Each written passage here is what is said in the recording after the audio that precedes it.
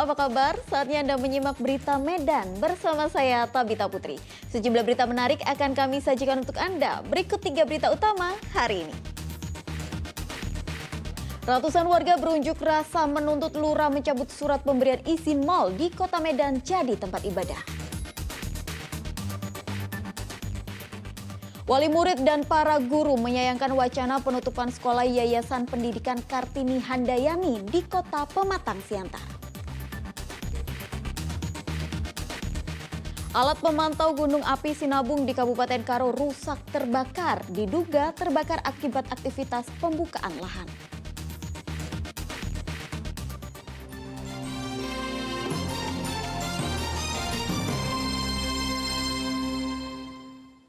Informasi pertama, ratusan warga berunjuk rasa di depan kantor Lurah Tanah 600 Medan. Warga ini menuntut lurah mencabut surat rekomendasi pemberian izin kebaktian di salah satu mal di Kota Medan.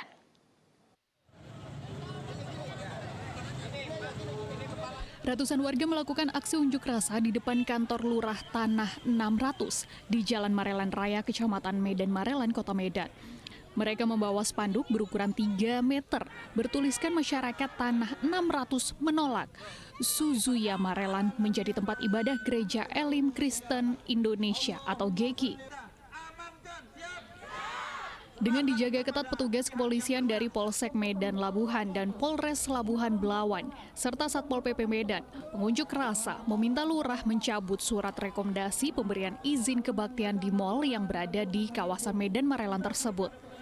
Warga menilai rencana itu melanggar Peraturan Bersama Dua Menteri tahun 2006 dan Peraturan Wali Kota Medan nomor 28 tahun 2021 tentang terwujudnya ketentraman, ketertiban, dan kerukunan masyarakat antar umat beragama.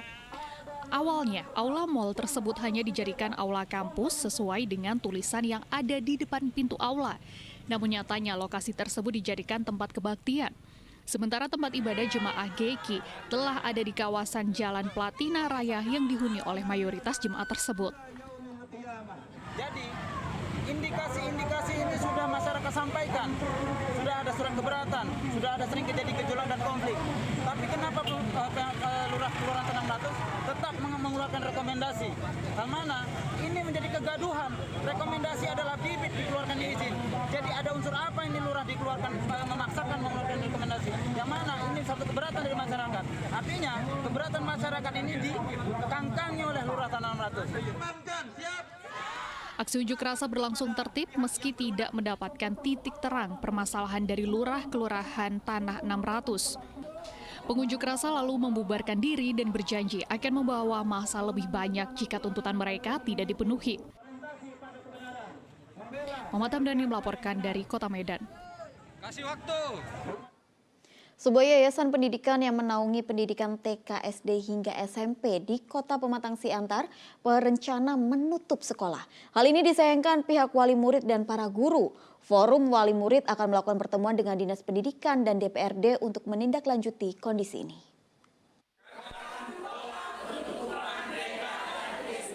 Sejumlah orang tua atau wali murid dari Yayasan Pendidikan Kartini Handayani mendatangi sekolah yang berlokasi di Jalan Kartini, Kota Pematang Siantar pada Senin siang. Bukan untuk berdiskusi tentang proses pembelajaran anak-anak, namun mereka mempertanyakan kejelasan dari pihak sekolah akan wacana penutupan sekolah. Informasi yang didapat oleh wali murid, sekolah akan ditutup secara sepihak oleh pihak yayasan karena masalah ekonomi. Salah satu wali murid menilai wacana penutupan sekolah merupakan tindakan kejam di dunia pendidikan.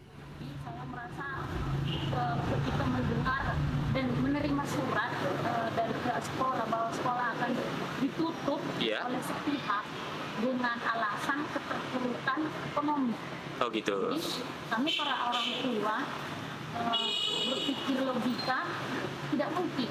Karena sekolah ini dari TK sampai SD itu muridnya sudah banyak. Iya, betul. Kita merasa dirugikan dalam hal ini. Oke. Karena sebetulnya kita percayakan kepada yayasan yang membuka pendidikan ini, kita masukkan, kita digantung. Iya, betul. Ya. Hanya harapan kita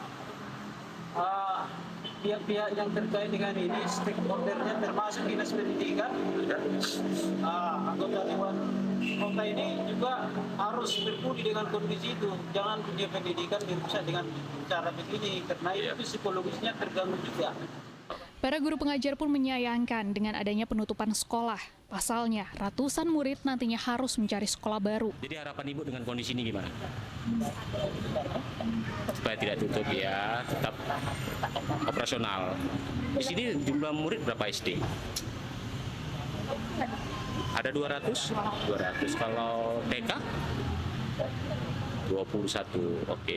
Forum Wali Murid akan melakukan pertemuan dengan Dinas Pendidikan Kota Siantar dan juga menemui DPRD untuk menindaklanjuti kondisi ini. Yan Asmara melaporkan dari Kota Pematang Siantar. Peringatan Hari Lahir Pancasila tahun ini menjadi sejarah kelam bagi keluarga Tony Edison Samosir. Pria yang bekerja sebagai aparatur sipil negara di Dinas PUPR Sidikalang itu tewas ditikam selepas menghadiri upacara Hari Lahir Pancasila di kantor Bupati Dairi. Korban dibunuh karena masalah lahan. Jasad Tony Edison Samosir ditemukan bersimbah darah di ruas jalan Kelurahan Panji, Dabutar, Kecamatan Sitinjo, Kabupaten Dairi, Kamis siang pekan lalu. Saat ditemukan, posisi korban tertelungkup mengenakan seragam kopri. Tim Inafis Polres Dairi langsung melakukan identifikasi dan olah tempat kejadian perkara. Pelaku penusukan korban tak lain adalah teman korban, Beni Sidabutar. Tersangka menusuk korban lantaran terlibat permasalahan lahan.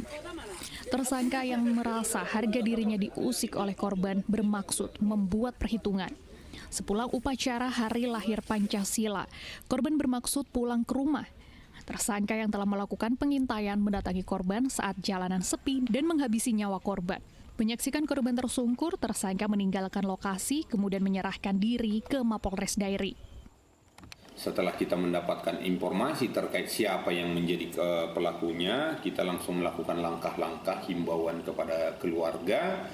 Kemudian yang bersangkutan secara kooperatif menyerahkan diri kepada petugas kepolisian, dan kami sampaikan bahwa pada saat kita mengamankan pelaku sangat kooperatif. Termasuk pelaku dengan terus terang membenarkan telah melakukan kekerasan terhadap korban dengan menggunakan senjata tajam kecil yang biasa disebut, kalau di sini disebut belati seperti itu. Jasad korban kini diserahkan petugas kepolisian ke Rumah Sakit Umum Daerah Sidikalang sebelum diambil oleh pihak keluarga. Sementara tersangka Beni masih menjalani pemeriksaan di Polres Dairi. Tutiara Wilubis melaporkan dari Kabupaten Dairi. Sementara itu, seorang aparatur sipil negara yang bertugas di kantor pemerintah Kabupaten Nias Barat ditangkap polisi di rumahnya. Selain tertangkap tangan menyimpan sabu-sabu, dari rumah tersangka, polisi juga menyita sepucuk senjata api. Sabu. Ini sabunya. Ini sabunya. Bekerja sebagai ASN rasanya tidak cukup bagi tersangka Eka Prasetyawan Daily. Pria 36 tahun itu ditangkap di rumahnya setelah menjadi target operasi oleh Satuan Reserse Anti Narkoba Polres Nias.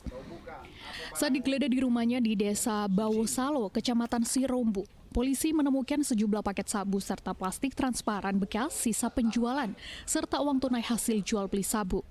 Dari interogasi, tersangka mengaku mendapatkan barang haram dari luar Kepulauan Nias. Awalnya tersangka Eka mengkonsumsi narkoba untuk mengatasi stres selama diklat prajabatan. Namun belakangan tersangka sulit mengendalikan diri dari ketergantungan narkoba. Hasil pemeriksaan dilakukan oknum PNS yang diamankan ini menjual narkotika kepada pembeli itu bervariasi, mulai dari angka 100.000 sampai 200.000. Dari sebatas pemakai, kemudian menjadikan narkoba sebagai bisnis mendapatkan rupiah. Tersangka berperan sebagai penjual narkoba kepada para pemakai di Kabupaten Nias dan Nias Barat. Terkadang transaksi dilakukan di rumahnya sekaligus ajang pesta sabu bersama para pembeli. Polisi menyita barang bukti sabu, beberapa paket, plastik sisa konsumsi, timbang elektrik, uang tunai, alat hisap, serta sepucuk pistol airgun tanpa surat izin pemegang. Tersangka diancam pasal tentang narkotika dengan ancaman maksimal penjara seumur hidup. Tutia Lawia Lubis melaporkan dari Kepulauan Nias. Di mana? Polres Labuhan Batu membongkar kasus pencabulan terhadap anak didik. Kali ini sebanyak 12 anak telah menjadi korban pencabulan oleh gurunya di salah satu SMP Labuhan Batu Utara. Seorang pria berinisial M berusia 27 tahun yang berprofesi sebagai guru diringkus Satreskrim Polres Labuhan Batu di rumahnya. Ia diringkus atas laporan dan pengaduan orang tua seorang siswi di tempat M mengajar atas aksi pencabulan yang dilakukan oleh M. Dari penyelidikan yang dilakukan polisi, terdapat 12 korban pencabulan dan kekerasan. Pencabulan dilakukan di beberapa tempat, diantaranya di asrama putra maupun di asrama pengasuh. Selain tindakan asusila, tersangka tidak segan melakukan kekerasan terhadap para peserta didik, terlebih jika sang murid ingkar atas perintah sang guru. Tindakan mencoreng norma pendidikan ini dilakukan lebih kurang 17 kali, diantaranya di masjid, di lapangan, serta posko sekolah. Pelaku melakukan tindak amoralnya sejak tahun lalu, tepatnya Juni 2022 sampai Mei 2023. Beberapa korban ketakutan tidak mau masuk sekolah. Berubahnya perilaku anak mengakibatkan orang tua curiga. Salah seorang korban akhirnya mengaku kepada orang tua. Mendengar pengakuan anak dan kronologinya, orang tua korban akhirnya mendatangi yayasan dan melaporkan tindakan ini ke Mapolres Labuhan Batu. Jadi sudah dari kurang lebih 1 tahun yang lalu terjadi sampai kemudian dilaporkan atau diadukan oleh korban pada tahun 2023. Tempat kejadian perkara atau lokus delikti dari perbuatan tindak pidana cabul dan tindak pidana kekerasan terhadap anak ini dilakukan di lingkungan sekolah. Polisi mengamankan barang bukti baju korban, HP, dan sex toys. Pelaku diancam hukuman maksimal 15 tahun penjara. Tutia Lawia Lubis melaporkan dari Kabupaten Labuhan Batu.